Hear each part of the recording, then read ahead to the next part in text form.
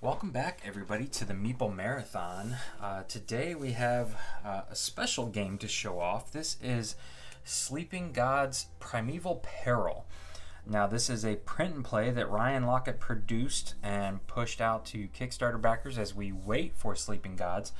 I've had the print and play files for a while, but with Sleeping Gods hopefully being delivered within the week, I decided to go ahead and play it because one of the nice things that it did was it gave me a reason to read through the rule book, which I always like to do beforehand. And a lot of the same rules apply to this little version, but this is like a kind of a standalone mini expansion. So there's going to be no spoilers here for the storyline, the main storyline of Sleeping Gods. All these characters are new. All the events and everything are new. Even the ship is slightly different. But essentially it's kind of set in the same universe, and a lot of the actions and rules that we're going to have to follow are the same. So it's kind of like dipping your toe into Sleeping Gods. I believe this is available for free for anyone. If you go on BGG, I will try and figure that out before I post the video and put a link below. But I know if you are a Kickstarter backer, certainly you should have access to it. So again, this is all print and play, so some of the stuff is just looks print and play. Like you can see my tokens here are not very round and things like that, but I tend to go a little overboard on my print and plays. Like I got this printed into a spiral bound book and it's only 4 pages. I put my character sheets on the back of chipboard here. But there were also some components that you needed to provide for yourself. For example, this ship, and so I thought, well, why not? What perfect, since I needed a ship or something to represent my ship on the water here, I thought it would be perfect to use Islebound, which is another Ryan Lockett game, utilizes a ship. So all the tokens here that wooden tokens and pieces are from Islebound. So I'm using these to represent the food. Normally you could just tick off food on this sheet of paper, but I feel like there's going to be a lot of checking and erasing on here, but I'll be keeping track of keywords and stuff on here, things like that. This also has our events. There's no event deck like in the main game. So just a very quick overview of how this game functions, and this is very similar to how Sleeping Gods is going to function. You're going to take a ship action, which means I'm going to be moving this marker around the various areas of the ship, engine room, aft deck, so on and so forth. Each one's going to give me some command to spend, some of these ability cards to draw, and some of these have some actions like recover all my command or remove a fatigue. And the trick is that wherever I went last turn, when I choose my ship action at the beginning of the next turn, I have to move my marker around. I cannot stay in the same spot. This also is giving me one adventure card here that's kind of permanent. It allows me to spend one command to redraw a fate card. The ability cards, which look like this, have this fate symbol up in the corner. This is going to be a multi-use number. We're going to use this a lot throughout the game. But essentially, skill checks, I get to add this to the skill levels of my crew to meet the challenges in the skill checks. So if I get a really low number, I can spend a command here to redraw. So while we're on the topic of command, one of the aspects of this game is having these command tokens and putting them on cards and on the hero boards here, which you can see can do various things to help mitigate fate rolls and dice rolls and combat and things like that.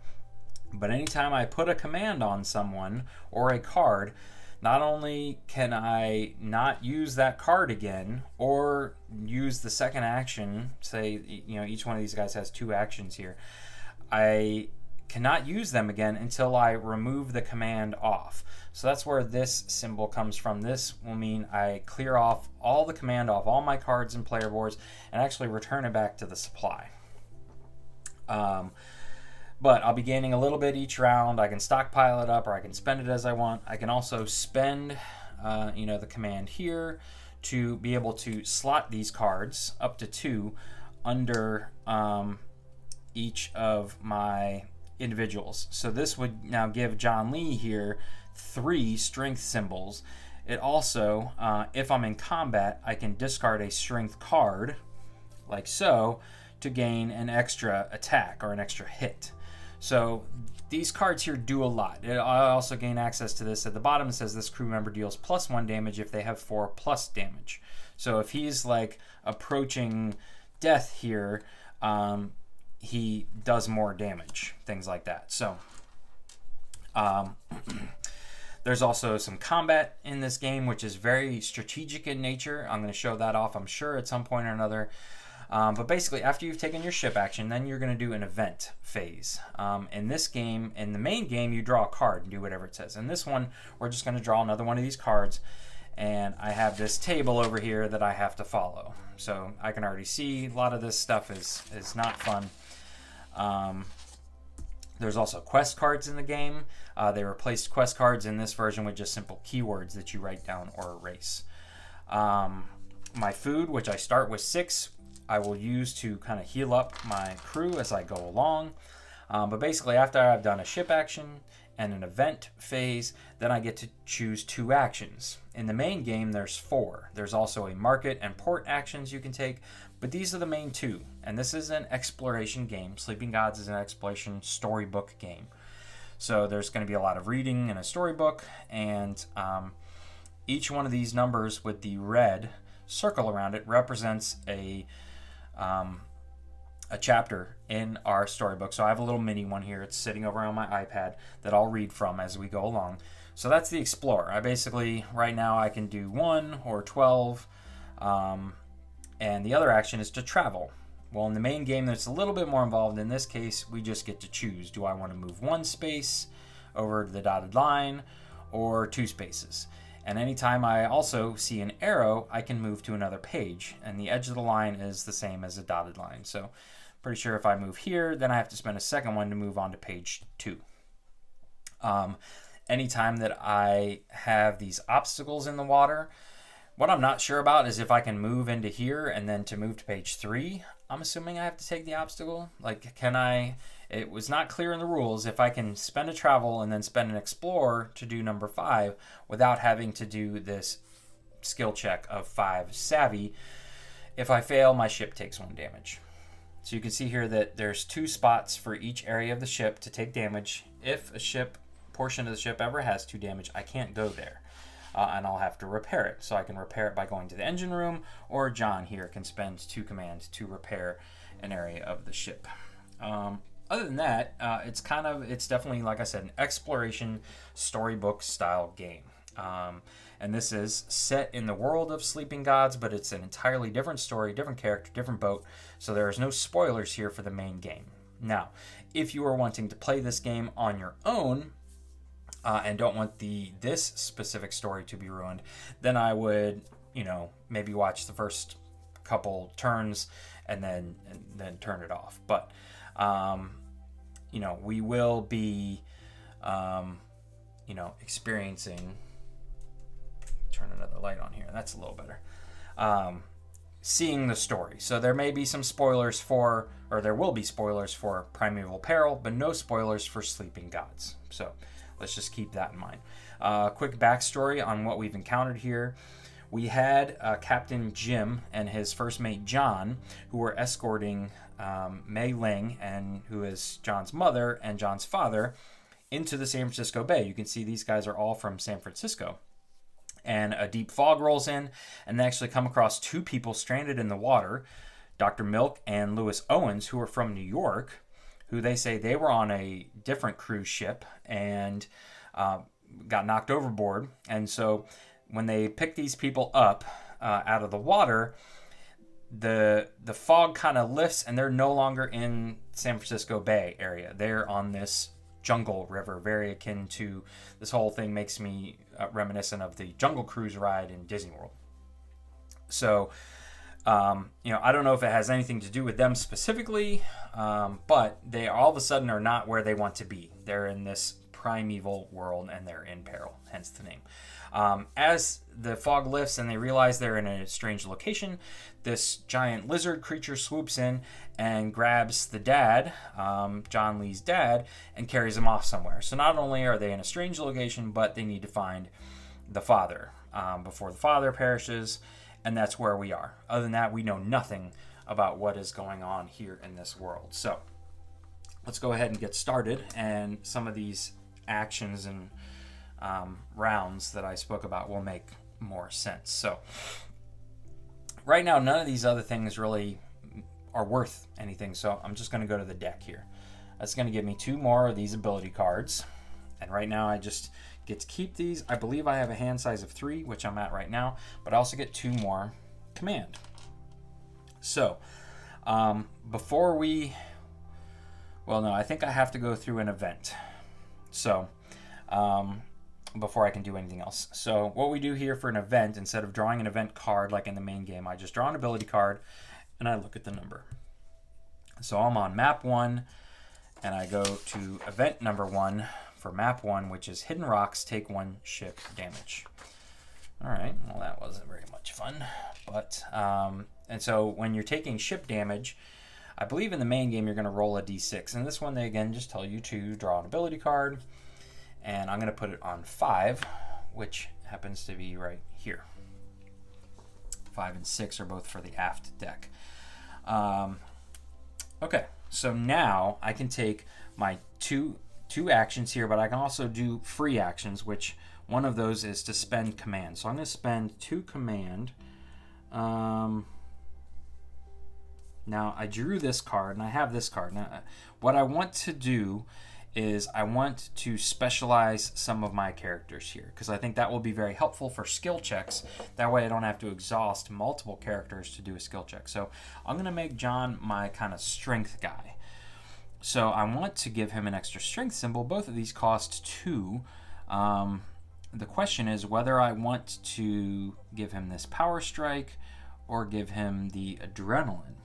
Now, something to think about is that I'm going to be going through this ability deck probably once or twice, maybe 3 times throughout the game. I want the higher numbers to be in the deck, right? Because as I draw them, I'm going to want these higher numbers to come out for fate checks. So I'm actually going to slot the 3, even though 3 is not a bad number, probably won't be that bad. But I'm putting a higher number eventually. I get to keep this, but I'll probably be discarding this or spending it at some point in some way. That way, as long as I'm holding this, I'm keeping a lower number out of the ability deck. So now John has 1, 2, 3 strength. He's my strength guy. I have this one, which is savvy. I could add to somebody, but I'm back to just 1 command. So I'm here in this spot, so I can, be anywhere within these dotted lines or the edges of the page. So why not? Number 1 seems like a great place to start. In the entry log, so let's read what number 1 says. If keyword cavity, we don't have any keywords yet.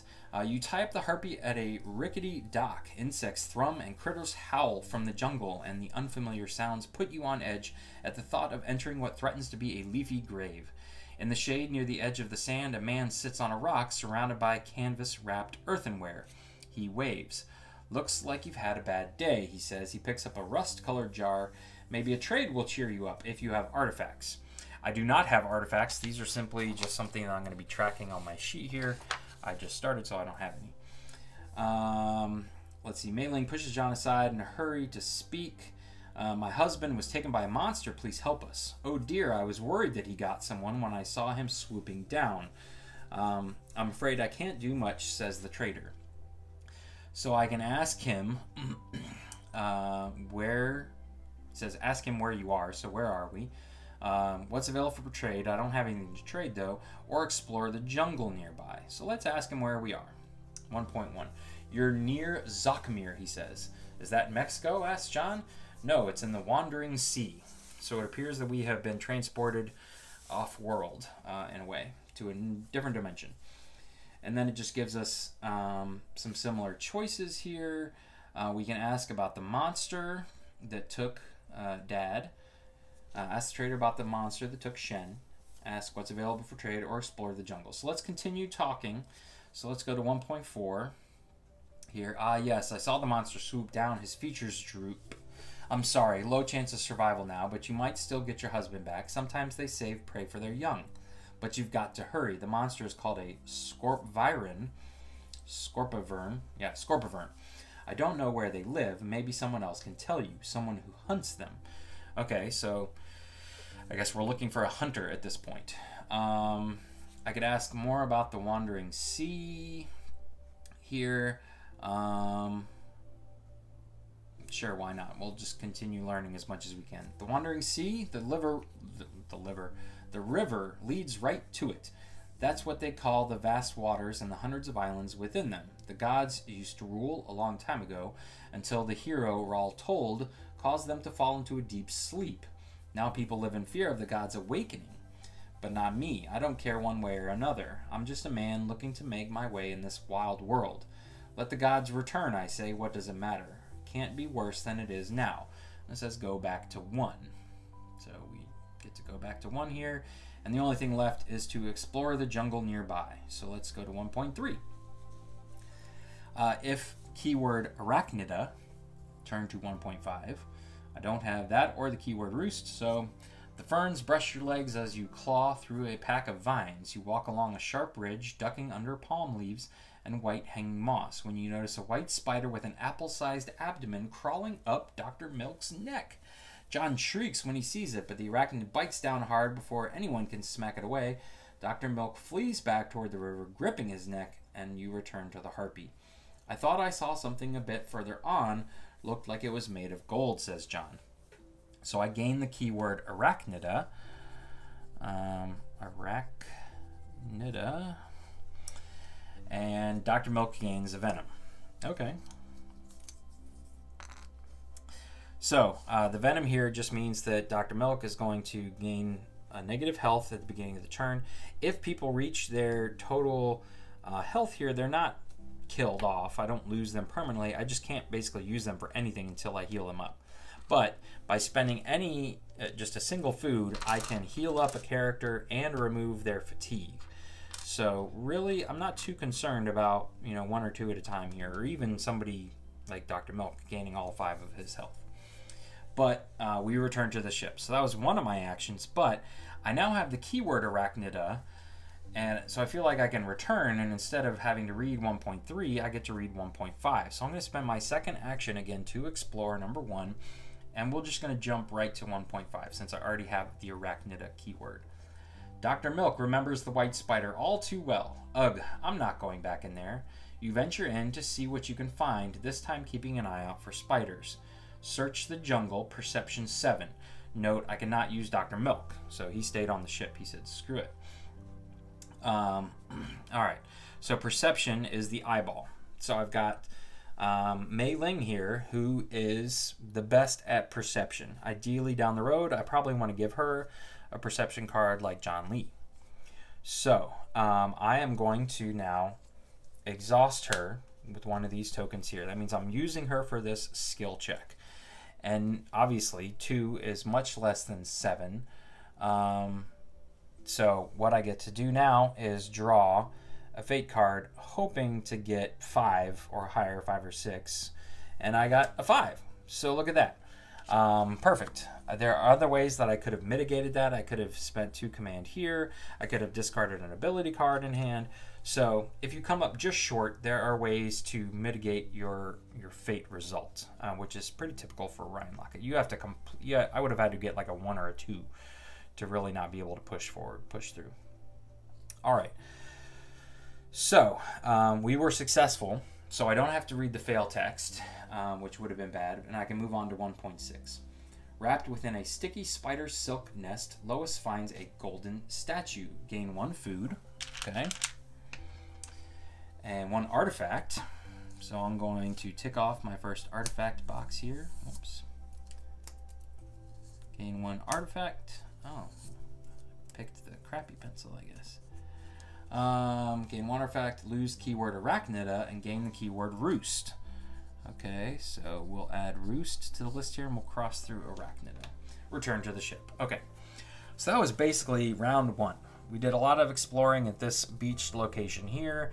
I guess I could return again to trade with my artifact, maybe.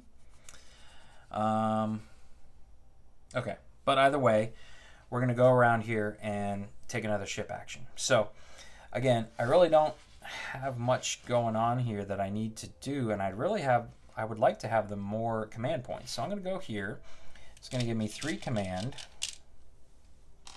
I get to repair one area of the ship, so we'll get to remove that, and I get 1 card. And cunning. So nobody's really high on cunning.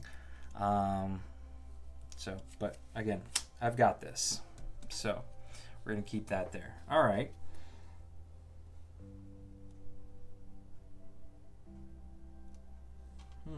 Okay. Oh, and I should have, at the start of my turn, Dr. Milk here should have received his 1 venom. So one thing I am going to go ahead and do, just so this doesn't get out of control, I'm going to spend 1 command here. Dr. Milk can remove the venom from anybody, but we're going to remove it from him. So now I cannot do this 2 commands to add a savvy to a savvy fate check, add 1 to a savvy fate check, until I remove this from his board. And I guess I should have done an event first, but c'est la vie. All right, so number 6 says Flash Flood. Take 1 ship damage, move the ship 1 space. Okay. So by taking 1 ship damage, I'm going to put it on 4, which is actually the repair room right where I am. And now I have to move 1 space. So I guess I can move over to page 4, but I see there's only 4 pages. And so I'm right in the middle, and then there's 3 branches. I'm going to take them in order. I'm a firm believer that sometimes you just need to follow the numbers. So I'm actually going to push here. Not ready to go off of this page yet. So this allows me to push here. I could have pushed there, but we're going to go to 2 first. So we're on page 1. Let's go to page 2 next. All right, so I didn't have to spend an action to do that, which is kind of nice. The flood pushed me around the corner there, so maybe I was trying to chug upriver here, chug, and the flood then pushed me back down this way, because it seems like the water is flowing this way. That's just how it feels. All right, so I'm no longer right next to this guy, so I'm going to pass on that for now. I can always come back. Let's go ahead and see what number 9 is. So I'm spending an action to explore number 9. A water snake slithers over the harpy's gunwale and bites you on the arm. You fling it back into the water, cursing and calling for help. All right, so we need to pass a 7 savvy test. So savvy, again, is this symbol here. So there's nobody that's got more than 1. And I really don't want to, and I'm not going to be able to add Timothy Milk here. So I guess let's exhaust Lois here. She's got 1. So again, I'm needing the perfect 6. If I get close, I can mitigate this in other ways. I've got a 5. So again, I'm pretty close. 5, 6. I need to get to 7. I'm going to discard this one. I don't believe it matters that this symbol matches. Maybe it does. But I know that I can discard an ability card to increase my fate check. So I passed it. I get to just move on without having to read the fail text. The bite swells. It's likely venomous, says Dr. Milk, examining the wound. Captain Twine, who I guess was the one who was bitten, gains venom. Okay. Return to the ship. Okay. So this is a storybook game. There are going to be some negative posts, but basically if I had just ignored this number, I could have continued on the way and not been dealing with the venom. All right. So at this point, I'm going to spend my next action to travel onto page 2. So, and I can move up to 2 spaces. So here's page 2. Let's see, I could stop here or I could push on to 13. So I think we'll just go ahead and use up all of our action here to push on up to 13. Yeah, so let's do that. All right, and now essentially I've taken my 2 actions, so we need to do another ship action. I am going to hop up directly up here, which is going to allow me to remove my status. I guess technically Captain Twine had to take a venom first. Had to take a damage first. I get to draw another card. And I get 2 command. All right, the 2 and the 3 is whether you're playing with 1 or 2 players. So I'm playing solo, I've got control of everybody, so I get less command. All right, then I need to do an event. So we're on page 2 now, which is the same, 6, another flash flood, take 1 ship damage, and push the ship, okay. So I'm taking that damage here on the aft deck, all right. So I got some repairing to do. Okay. So, again, I am not sure whether I have to, if I just want to go to 3, or is it just that I've entered this space. I believe in the main rules, it's if you enter that space, period. So I guess I'm going to go ahead and do the 5 savvy check, or the boat takes 2 damage, which could start getting a little out of control here. All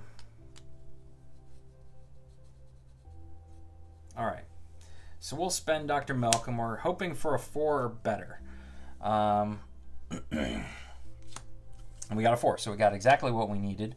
We passed we don't take the 2 ship damage. And now I guess we'll start here with number 8 and just figure out what number 8 is. All right. If keyword buffalo or cavity, we don't have either one of those. So,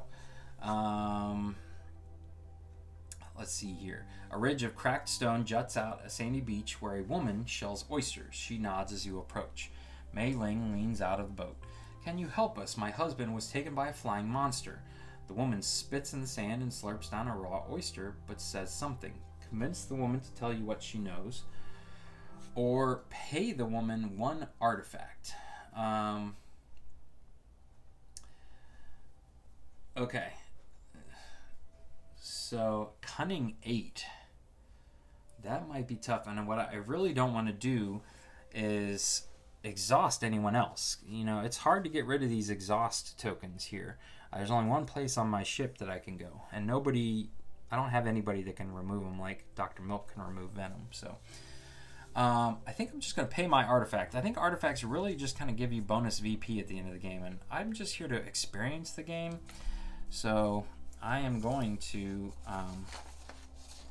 my eraser is not working very well, so just going to cross through that. I'm going to just pay the artifact to move on instead of trying to convince her otherwise. Yeah, I know what happened to him. A scorpion got him, and I know where the nest is too. A scorpivern. Good. All right, so we found our hunter. I used to hunt them. Perfect. So it seems like this flash flood has, been pushing us in the right direction this whole time. I used to hunt them, but I won't tell you for free. Help me haul back my latest kill, and I'll tell you where to go. Agree to help the hunter. Strength 8. Okay. So, I definitely want to pass this. So what I'm going to do is exhaust John Lee. He's got 1, 2, 3. I can add a 4th, but let's just see what this is. So 1, 2, 3, 2. So I'm only at a 5, but got some command. So I'm going to spend this here to redraw this card, and there we go. So 1, 2, 3 plus 5 is 8. I passed. All right, so we get to move on. The huntress leads you into the jungle, crossing a stream and a bug-infested marsh without an explanation or aid. She hardly turns back to see if you're still with her, and then you find her kill, a huge hairy buffalo. Okay, guessing we're going to get the keyword buffalo here.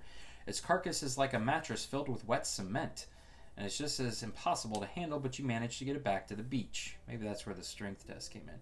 Once you return to the river, the huntress draws out a map on a piece of wood.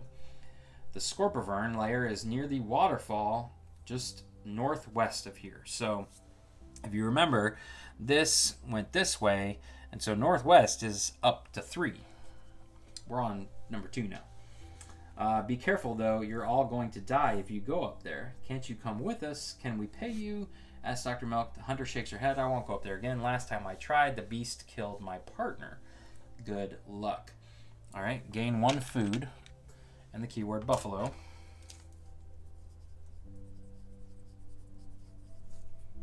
All right, and return to the ship. Okay.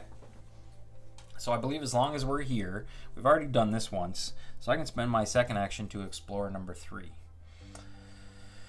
All right. So let's see here. You find the remains of a hut near a dark, bottomless well. Let's see. Strength 6 or... but to climb down the well, I would need the keyword silk. Okay, so I'm going to do a perception 7 test. All right, so perception 7. Let's see here. Obviously, we are wanting to send Mei Ling. And you know what I want to do? I don't know if this is legal or not. I don't know if I can add this in here, but I'm going to spend a command to lock that card in. She's now at 3. All right. So we're trying, we need a 4 or better. And I only have a 2. I can get to 5 by discarding a card. And I can add 1 here. So it's a little costly, but the fail text, which I can see, I know I'm not really supposed to look that far ahead, but it's just a return to the ship. So it would just be a wasted effort here. So I'm going to turn in a card, pay my 2 command to get +1. That gets me to the 7. So let's see, I get to go to 3.1. You find a harpoon buried inside the hut. Gain the Zakmir harpoon. Return to the ship. So I believe that is these cards here. Let's see if I have... Yep, there you go. Zakmir harpoon. So now at this point, this is a shared card amongst the entire group. If I was playing multiplayer, I'm pretty sure this would be shared as well. But this is also a weapon. So I can move it around from people to people, but not in the middle of a battle. So I need to decide who is going to get the Zakmir harpoon. Now, Captain Jim Twine already has a harpoon, which is pretty nice. And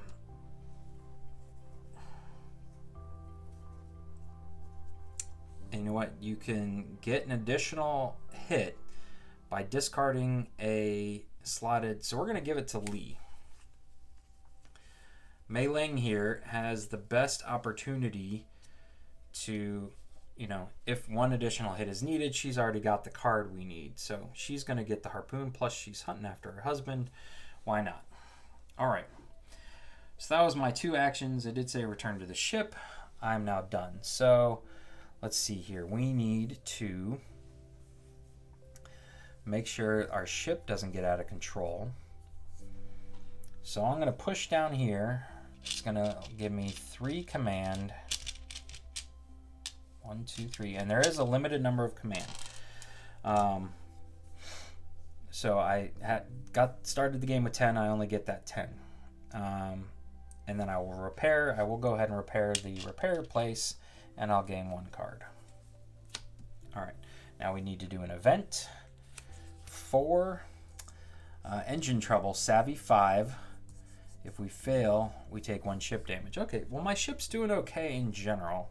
I just repaired it, so I don't have to exhaust a character. That's what I'm most concerned about, is exhausting too many characters to not be able to participate in challenges. So the worst case here is I just take a ship damage. I can just straight draw a card for fate, and we got a 3. So I really have no other way of mitigating that, so I'll just simply take the ship damage, which is going to go on 4, which is where I just repaired. Pretty soon here, however, I am going to want to kind of get back all my stuff. So I'm actually going to spend, let's see, maybe I'll wait. Okay. All right, so we're going northwest, right? I believe that's what she said. That's where we want to go.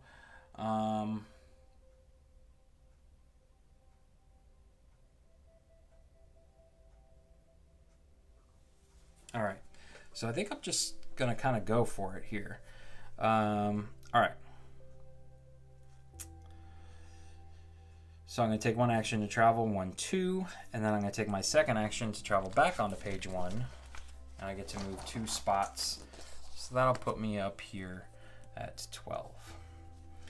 All right, before we go any further, I am going to go ahead and spend 2 to repair the ship.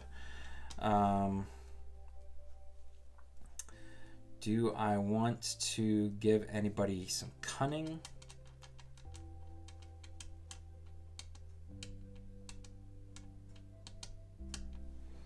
Yeah, I feel like this might be a good idea to do.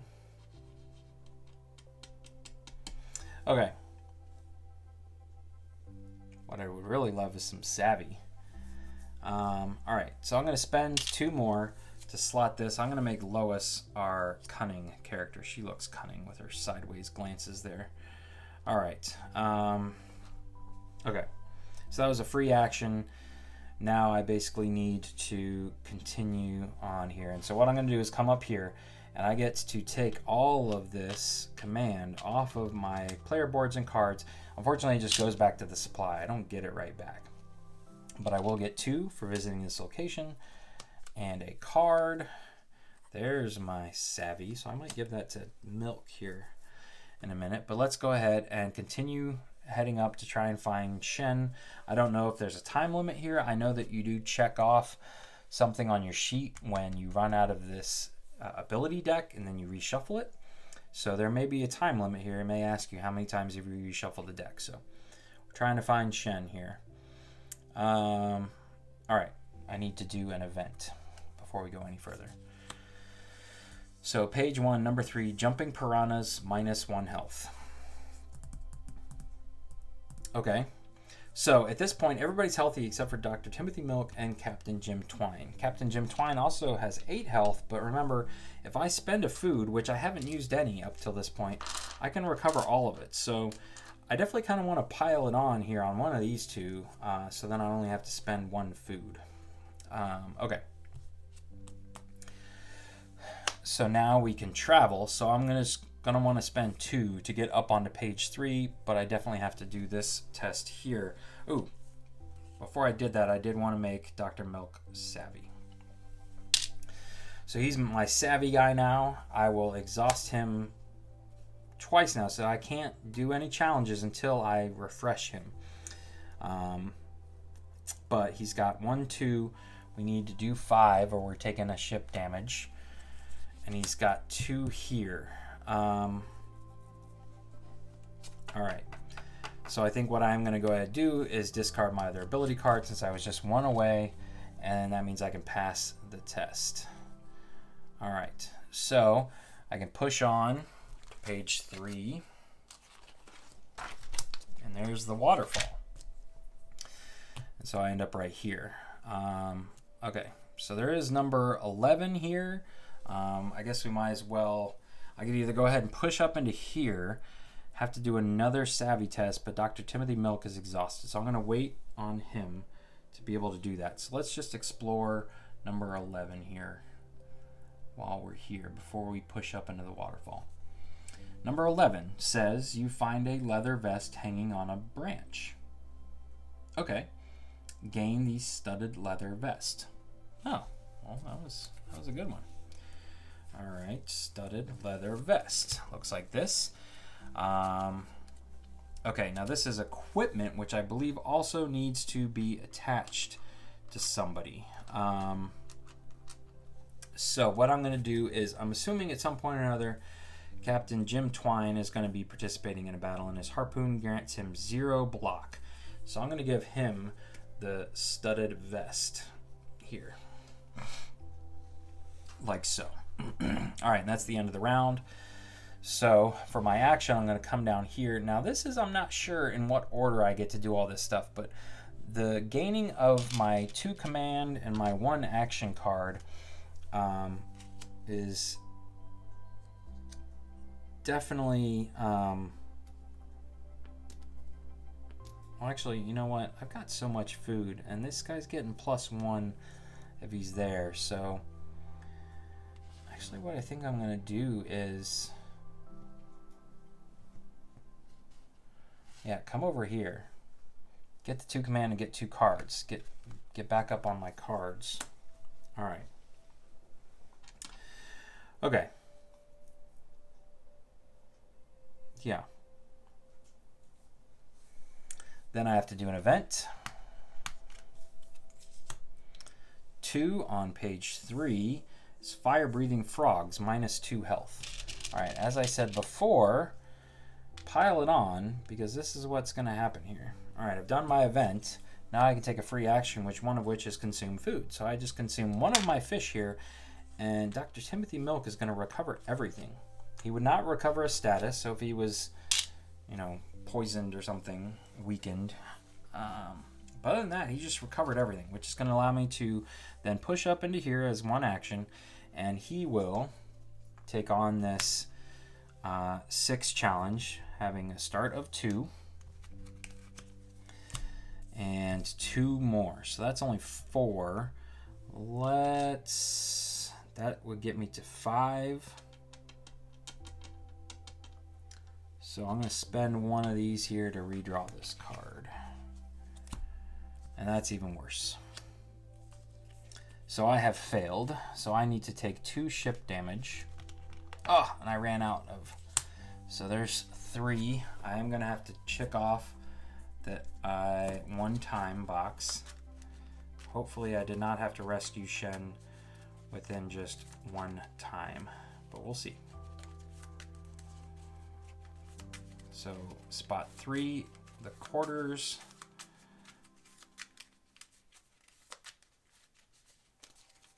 All right, and ooh, the aft deck. Okay, so the aft deck, we can't go there, and the quarters. But I can use John to repair once I get some more command. All right. So let's see here. Where do we want to go? Let's just start here, I guess. Or should we start here? Let's start with the lower number and we'll work our way back around. All right, so number 2 says if you have the keyword sway. I don't have the keyword sway. So perception 7. All right, that's Mei Ling here. Perception 7 is she's got 1, 2, 3, so I need a 4. There we go, perfect, 4. All right, so she passes. 2.1. You find a few crates of grain. Gain 2 food, perfect. And gain the keyword sway. Okay, so I can't just keep going back there, I guess. All right. And that was my second action. I think before we go any further here, just in case, because remember, we think this creature's around here somewhere. Mei Ling's got the Zakhamir harpoon, so I don't want to be caught off guard with her being fatigued like this. So I'm going to spend a food to recover all her thing, because I can't go here to remove her fatigue token. But I just gained some food, so I think we're good there. All right. So I need to take a new action here. I will go here to repair. I'll get 3 command and 1 card.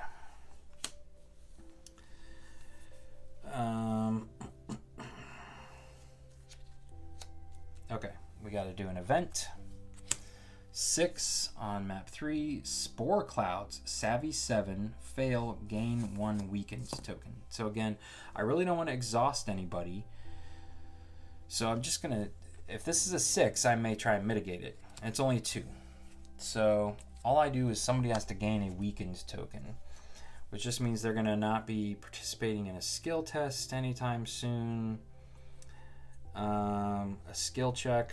So it's actually going to be Captain Jim Twine for right now. He can still participate in combat. This is just skill check, and he's my strength, he's my cunning, savvy, perception. So I've got all the skill checks covered. Jim Twine can just sit back. All right, but what I am going to do is, in preparation for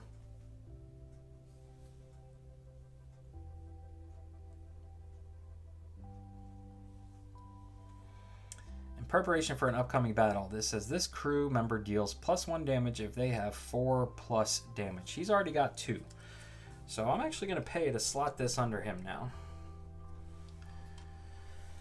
Because I know around here somewhere is that Spivern or whatever it's called. So let's check now number 15. All the way at the bottom here. All right, 15. The foamy waterfall pounds relentlessly to the north against a wall of ragged cliffs. A path leads into the jungle. All right, we can follow the path. We can search the cliffs. Or we can, let's search the cliffs. So it's a good thing we cleared off Mei Ling here. She's got a perception 3 already, so we just need this to be a 3. We got a 4, so that's perfect. So we passed. 15-5. Okay. If keyword buffalo, we have the keyword buffalo. Perfect. 15-7. So we jump to 15-7. That's down here.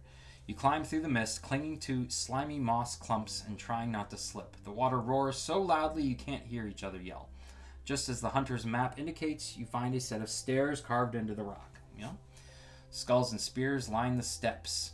Lois stares at the skulls with a frown. Mei Ling pushes ahead, unwilling to let anything distract her. We've got to keep going. I know Shen is up here. Please let him be okay, whispers John. You climb into a narrow cave, following a path upward for a long time until you reach a smelly cavity cut into the side of the cliff. The Scorpivern's nest! Dirty human bones, some of them still wearing bits of flesh, line the walls. There's no sign of the monster, but further on, a crumpled man lies on the floor. John dashes to him and turns him over. It's Dad! Suddenly, the pounding of massive wings sends a windstorm into the hollow, throwing bits of bones into a haphazard clatter. The Scorpivern lands on the cliff edge and screams. Okay, so this is going to be our first combat here. So it says to pull out P8 and 9. These are just in order here. So P8 and 9 are our last 2, and it's actually 2 parts of the Scorpivern. So this is how combat works. All right, so at this point, we are in the middle of combat. I believe this is still my first action. So, a couple things. One is we are now focused on this symbol here, the skull with the horns. So you can see all of these people have, like, Bowie knife is +2, the wrench is +1, but the harpoon is +2, +2's about, and John Lee's club is only a 0. So this is their, like, evasion rating. And so this is our accuracy rating. So we have to get to this number in order to even hit them. And you get there by starting with this number. Some things can add to it, like here Mei Ling can throw you an extra one. And then you draw a fate card, just like everything else, to get there. And then once you do, if you hit them, then you move to this number in the red. So with the Derringer, you would hit for 2. With the harpoons, we're hitting for 3. So it looks like these 2 are going to be doing probably our main amount of fighting. Once you are placing damage onto the Scorpivern, you have to start somewhere. So say here, and then you have to go adjacent orthogonally. So you can't go diagonally, so you could either go here or here or here. And you're trying to cover up all the hearts. That will defeat that card. So this Scorpivern actually has 2 cards worth of a beast. To be able to cover this chest up here, I have to hit it with 3 damage, and then I just get to put 1 block down. Otherwise, everything else just takes 1. These 2 will take 2. If I am, say, starting here, say I go here and here, instead of pushing here, I can push over to the eye. This allows you to not only see the body is easier to hit than the head, but imagine like you're slashing a sword or throwing a harpoon. It's traveling in an arc, so it's going to, hit the body mainly and then kind of catch the head on its way out. Most of your damage has to go on the card that you justify as who you're attacking. but any kind of extra damage you can splash onto the other side, making it easier to hit some of these harder to hit areas. Last but not least, anytime you attack, that card, so in this case the Scorpion has 2 cards, is going to counterattack you directly. That's when you get to use the block, and so I'll show that when it happens. And then you keep going back and forth. I have 4 kind of action tokens here, and so 4 people are going to get to take an action, and I can actually put 2 of these on one person, or up to 2 of them on a person. So like I said, Mei Ling and Captain Jim Twine are going to kind of go back and forth here. Once I have used up my 4 actions dealing with his counterattacks, he's going to get to attack all the cards, whole 9 yards, and everybody's available to be attacked. The counterattacks go directly against whoever was attacking them, and that's where these hourglass symbols are going to come into effect. He will regenerate 1 here. He puts a weakened token on someone. He venomizes someone here. So, a lot of bad stuff can happen here. So, all right. So let's just go ahead and get started. I always get to go first. And so I will go ahead and spend one of my combat action tokens on Captain Jim Twine. He is starting with 2. And I believe I can spend like Mei Ling's thing here after the fact. I also get 1 here for Lois, which is even better, or 2 over here for John Lee. I guess they're like encouraging you to, aim better, calming you down. I don't know. Cheering you on. So, I'm starting with 2 and I need to get to 5. So, I'm going to draw a card here. And I got to 5. So, I didn't need any of it, really. So, now at this point, you can see I am hitting for 3. Now I have some options here. I could spend 2 command to add +1 to it. I could also discard this to add 1, but this is going to allow me to, if I take 2 more hits, which I think I'm about to, my adrenaline's going to kick in. So I think I actually want to hold on to it. So I think what I am going to go ahead and do is spend these. I've got my studded leather vest, which I may want to spend these on. But I can only use that for 1. Yeah, I think I'm gonna wait. So I'm just hitting him for 3. So I get to place 3 of these cubes out right now. I need to decide where he's going to hit me. Now, I could put them all right here, but I think either of these harpoons can hit this section here. So if I place anything where these little red diamonds are, I get to take his, I forget what these tokens are called, but I get to give this token to another player. I'm like inspiring them on, and so I'm going to give it to Mei Ling here because I'm going to go like this. Boom, boom, boom. They're all in a row. Right? Or is that? That's a 2. Yeah, I think that's the best. I didn't really want to put it right there.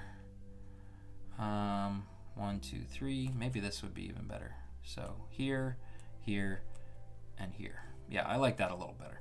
All right, so I'm still hitting one of those diamonds. I'm still leaving, so he's hitting me for 4.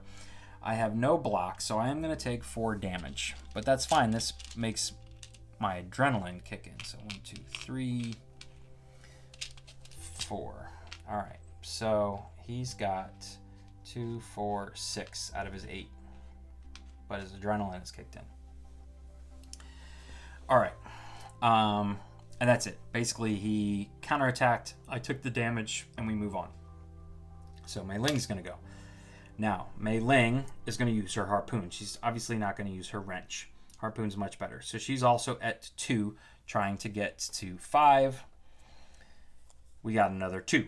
So what she can do is use this token, spend it essentially, to get that 5th accuracy. Because his thing was +1 accuracy. So she's spending that token. Again, this is Ryan Lockett's style of mitigating your action rolls a little bit. So she's hitting for 3. But What I want is 4, because I want to take out the body and just leave the head flailing around. So I can discard. Yeah, this is the best way to do it. I can discard this card, which is why I stacked it there to begin with, to make this 4 now. So now I'm hitting for 4. 3 of them are going to go here. 1's going to go right there. I have now taken out the body of the Scorpion. I've disabled it. So this is going to flip over. He does not get to counterattack since I took that card out. That card does not get a counterattack. And I still have 2 more combat points here. So we're actually going to go back to Captain Twine. I think you can do people twice in a row. I don't think you have to bounce back and forth.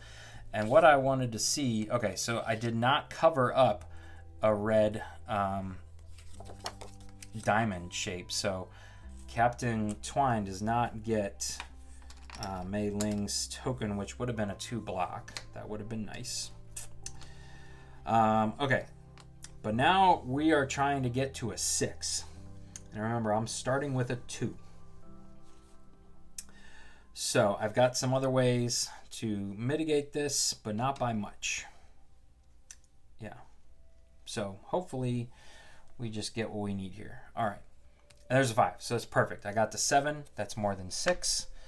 All right. So I'm hitting it for 3 plus my adrenaline, because I'm at 6 total damage, is giving me +1. So I'm actually hitting for 4. 1, 2, 3, 4, 5.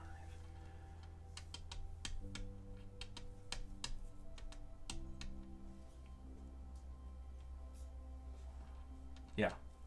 Okay. So I am hitting for 4.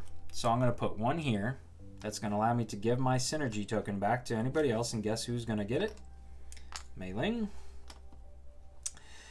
And so that's 1, 2, 3, 4. Now I put it on 2 different synergy spots, but I only have 1 token to give away. But what I did was cover up all of his stuff here. He's now hitting me for 3, counterattacking me for 3, but I'm going to spend 1 of my command onto my studded leather vest to get 2 block. So I only take 1 damage. I still am at 7. I'm not dead yet. I'm not disabled yet. All right. So then last but not least, I'm going to spend my last one on Mei Ling here. She's got 2, trying to get to 6. And we've got a 3, so that's 5. But ding ding, we spend that out. That gets us to a 6. And now she's hitting for 3. Unfortunately, she doesn't have anything else to spend. I don't have 2 command. I only have 1. So I don't think there's any way else to get to... Oh, but I don't even need 4, because 1, 2, and 3. Boom. And this would cover up here. Boom. And that's it. So I've defeated the Scorpion in just 1 round, which is pretty good, I'd have to say. All right. So let's read what happens next here. Combat, then after that we go back to 15-6. You check Shen for injuries. He's got some bad cuts and fresh bruises, but he can still limp. You make for the waterfall. So I lose the keyword buffalo and gain the keyword cavity and return to the ship. All right. Okay, so I know that the focus of the game here is to find Shen, but also escape. So I haven't read any, like, your mission is complete yet, so I think we have to figure out how to get off of this island. I'm guessing that's going to be on number 4. So let's head that direction. And again, I could be exploring a lot more, but I don't want to ruin it for everybody. I guess this is the Scorpion nest right here. Didn't even notice that. You know, like, I could go over and explore this temple right here, but I'm not going to go into all that. Simply, A, keep the video a little shorter, but B, maybe you want to come in here and explore that. That's part of the nature of the game. So, all right. This was my first action, so I now have 2 actions to be able to pass back through here from 3 back to 1.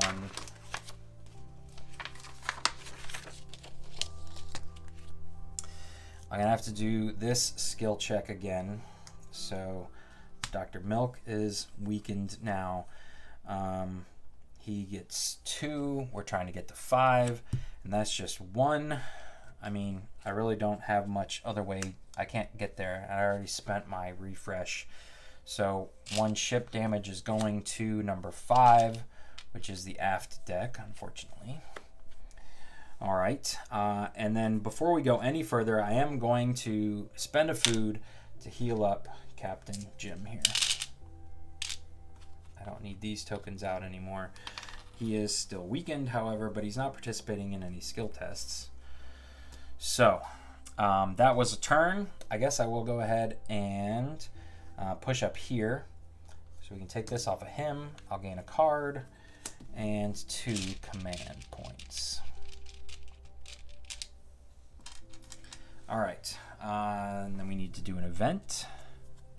So I'm back on page 1, number 6, Flash Flood. Okay, I kind of like these Flash Floods here. Take 1 ship damage, which is going to be on 3. Ooh. And push 1. So we're trying to go to 4 here. All right. All right, before we go any further, I'm going to have John Lee repair this spot here, just so we can go there next. And I think also I'm going to spend 1 to make John. I'm going to give him a 2nd power symbol. So he's like our super strength user. Pretty sure that 2 means I can slot 2 cards there. All right. So we already know what happens here. I don't think that's the end game. So we're just going to spend our first action to travel to page 4.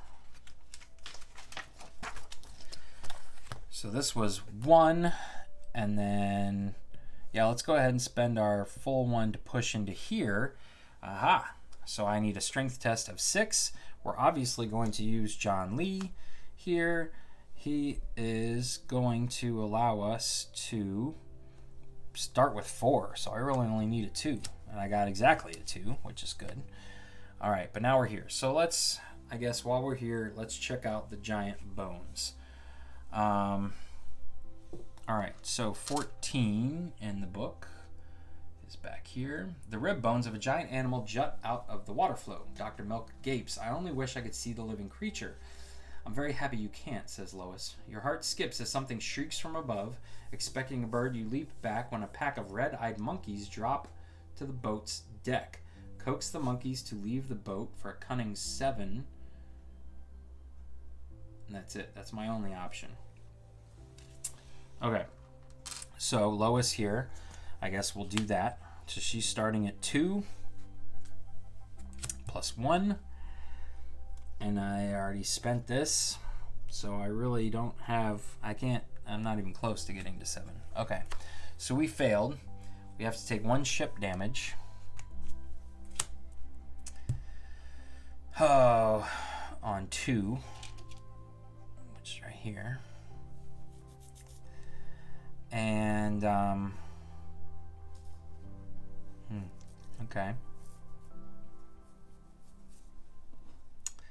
Yeah, I'm not a fan of that. All right, take 1 ship damage, -2 health, so nobody's damaged yet. Who do we want to stack this on? I guess we'll put it on Captain Jim because he's got adrenaline that can kick in case we get into the fight. And I lose 1 food. Okay.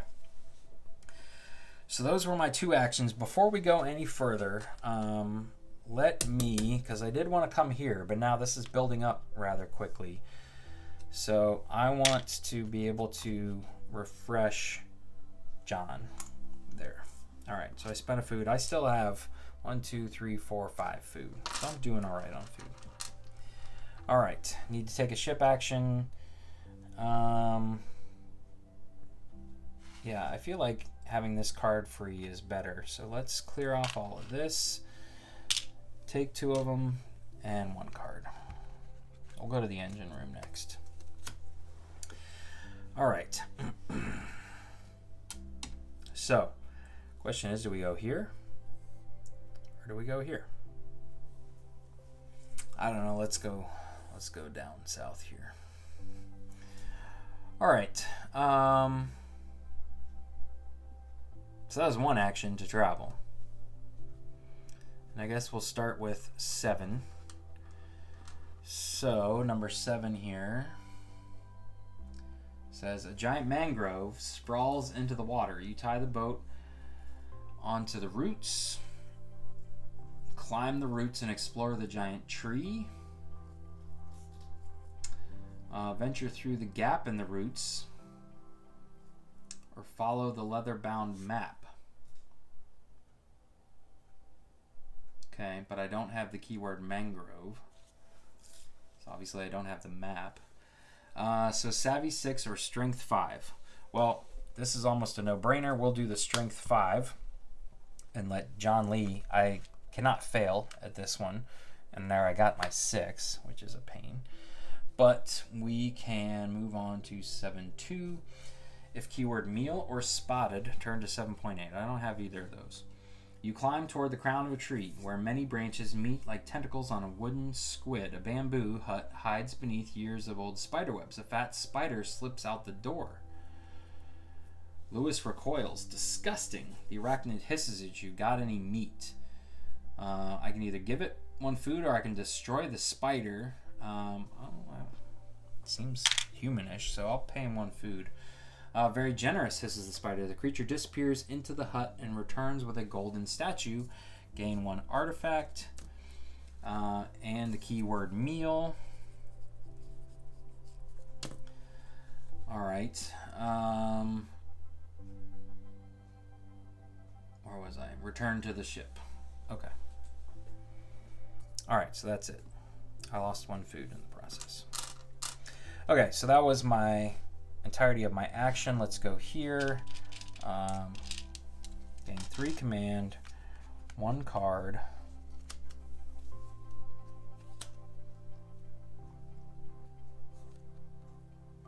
And now I think I have 3. I have 4, so I think I have to discard that one. But I get to repair something, so I guess we'll repair that one there. Okay. So now I need to do an event real quick,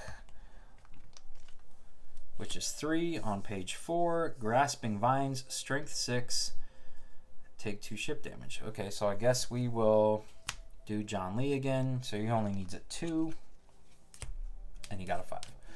All right. So I don't think I have to. It says each time you reshuffle the action deck. I'm shuffling it now simply while I'm talking, but I technically haven't needed to draw a card yet, so I'm not going to check it off quite yet. Yeah.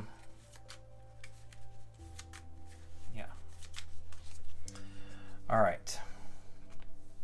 So let's do 17 here.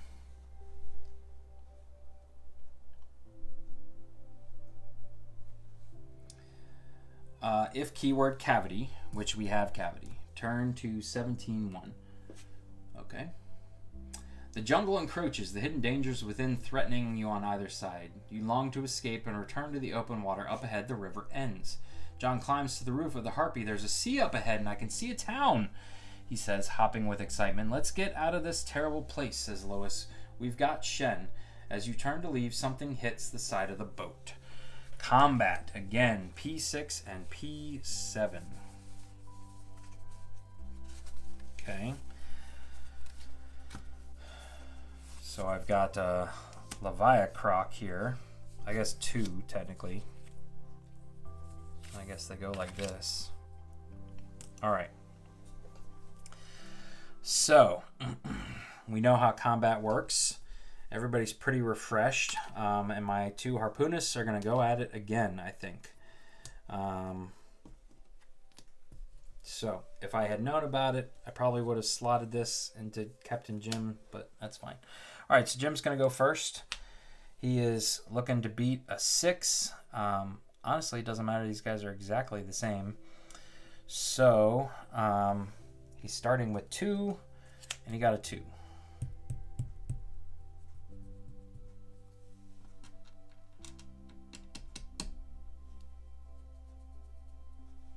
2, 4, 6, 7. Yeah, I don't want to take all of that.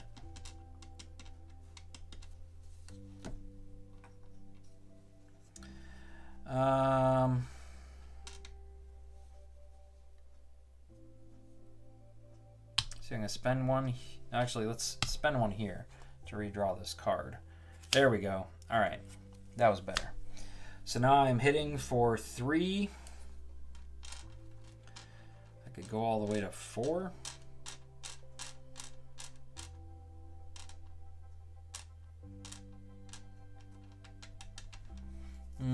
All right. So I don't want to take too much damage right now. So I'm going to go 1, 2. Whoops, putting the wrong colors on there. Just get a whole stack of these. 1, 2, and then 3, 4.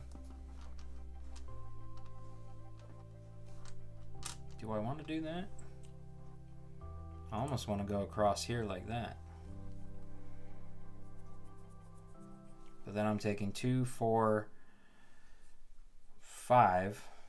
Yeah, that's what we're going to do. So I stayed adjacent. I did put out, I get to give Mei Ling my +1 here. And I will put 1 on my studded leather vest. So I'm only taking 3 damage, which is going to put me over 4. All right. Then we're going to have Mei Ling go. She is starting at 2. Needs to get to 6 again.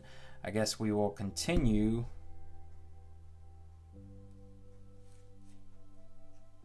Actually, I think I'm going to go after this one, this side. All right, 2, 3 is 5. She'll spend this to get to 6. All right, so she's at 3 now, and I will spend 2 here for Captain Jim Twine to give her 1 more. I believe from everything I've seen, this is legal. So she is simply going to use those 2 to go here and here. All right, so we have defeated this croc. It will not get to retaliate. Okay, and then obviously we're going to go back with our next token here to Captain Jim. He is, again, still hitting for 2. So we need a 4 or better. We got a 5. All right, so he gets to hit for 3, but he's got adrenaline, so it actually is going to be 4. I have nothing else that can hit any better, because I don't think I can use this for adrenaline and discard it at the same time. So let's see here. Let's go, yeah, this way. Boom, boom, boom, boom. That way he's only hitting me for 2. I'm still alive at 7. And Mei Ling's going to bring us home, hopefully, here. Did I cover up? Yes. So I get to give her back this. So she just really needs a 3 or better. She's got the 6. Perfect. We know she's going to cover that up. We have defeated the Leviathan Croc. All right. Turn to page 17-2. You burst from the jungle into an emerald sea and make your way to town. As you grow closer, you realize it's a city. Multicolored ships tied over a mile of wooden docks, a maze of slated pathways, fishers, barrels and supplies, hanging meat and traders. Welcome to Zakmir, friend, says a bearded man in a patched green tunic. First time here? All refugees are welcome. Lost ships have a way of getting stuck here in the wandering sea. You may be here for a long time, but if you know how to catch fish, you can live here comfortably enough. I do not have either of those spotted or salty keywords, so it is the end. So you can see there, that means there is more to the story here, but essentially I found one of the endings. There is a way to track your end game scoring, so I'm getting 40 for completing the game. I did have to redraw that, so +4 per adventure card equipment, so I'm at 40 + 1 to 48. Artifact is 52. VP for the time track is going to be a +7, so 59. Ship damage is 876, 56. Crew damage is actually 7, so we're back to 49. Status effect, nobody's weakened or anything like that. And crew death or shipwreck, -20. Well, no, we didn't have that happen. So 46. I mean, obviously, I could have gotten several more equipments. I could have done it all in less time. Had a lot more artifacts, I guess. But anyways, that is Primeval Peril. So hopefully this gives you a taste of what Sleeping Gods is going to be like. Pretty much the same mechanics are going to be available in the game, but it's going to be fleshed out even more. More ship actions. Events are actually going to be cards, so there's going to be more variety. More actions you can take on your turn. Different ways to travel. Way more maps to see, areas to explore. So a whole lot more goodness of what this was right here. If you enjoyed this video, please consider giving it a thumbs up. And if you would like to see more content from Ryan Lockett, the rest of this week I'm going to be releasing some more playthroughs of Islebound, Above and Below, and Near and Far. Also may take a crack at Empires of the Void 2 in solo mode. We'll see how that goes. But either way, it's kind of a celebration of Ryan Lockett week as we await for Sleeping Gods to make it here. Once again, thanks for watching. Have a great day.